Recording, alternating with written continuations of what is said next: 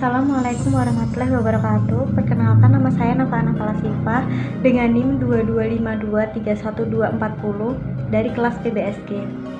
Di sini saya akan storytelling mengenai perjanjian Giyanti dan terbelahnya Jawa. Perjanjian ini lahir sebagai kesepakatan segitiga politik antara Pakubuwono II, Pangeran Mangkubumi, dan VOC pada tanggal 13 Februari 1755. Nama Giyanti diambil dari nama terjadinya penandatanganan perjanjian, yakni di Desa Janti. Tempat tersebut terkenal dengan Dukuh Kerten, Karanganyar, Jawa Tengah. Perjanjian Giyanti dibuat dalam rangka meredam api konflik yang telah terjadi berlarut-larut pasca perpindahan Keraton Kartasura ke Surakarta. Ketika itu, Mangkubumi yang membantu Pakubuwono II dalam meredakan konflik mendapatkan hadiah sebidang tanah dari Pakubuwono II. Namun, luas tanah tersebut yang diberikan ternyata menimbulkan kecemburuan.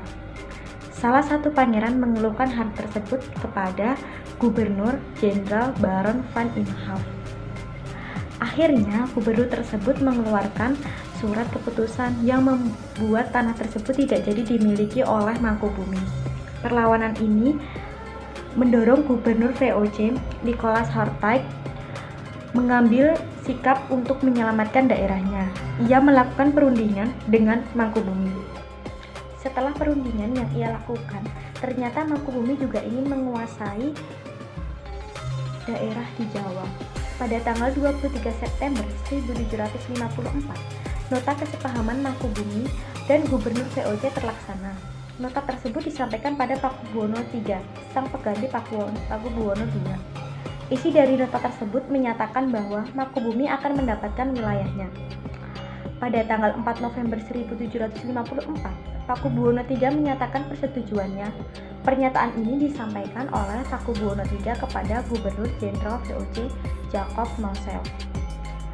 Kesepakatan ini didorong dengan terjadinya perjanjian di Janti, sebelah timur Surakarta. Penandatanganan perjanjian Giyanti ini menjadi pangkal dari terbelahnya tanah Jawa menjadi dua bagian atau biasa disebut dengan Palihan Nagari. Perjanjian tersebut ditandatangani pada tanggal 13 Februari 1755. Proses pembagian wilayah dan aspek lain seperti bahasa menjalani proses yang sangat panjang. Pasca perjanjian Giyanti, Raden Mas Said atau Pangeran Sambernyawa yang dahulu membantu Mangkubumi terus mengalami pemberontakan. Ia merupakan termasuk terah Pakubuwono yang menuntut hak soal pembagian wilayah.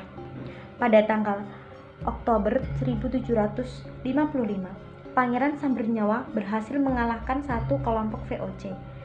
Pada 1 Februari 1756, ia juga membakar keraton yang didirikan di Yogyakarta. Puncak dari kisah ini diakhiri dengan perjanjian Salatiga pada tahun 1757. Dari perjanjian ini, Pangeran Sambernyawa mendapat bagian wilayah Surakarta.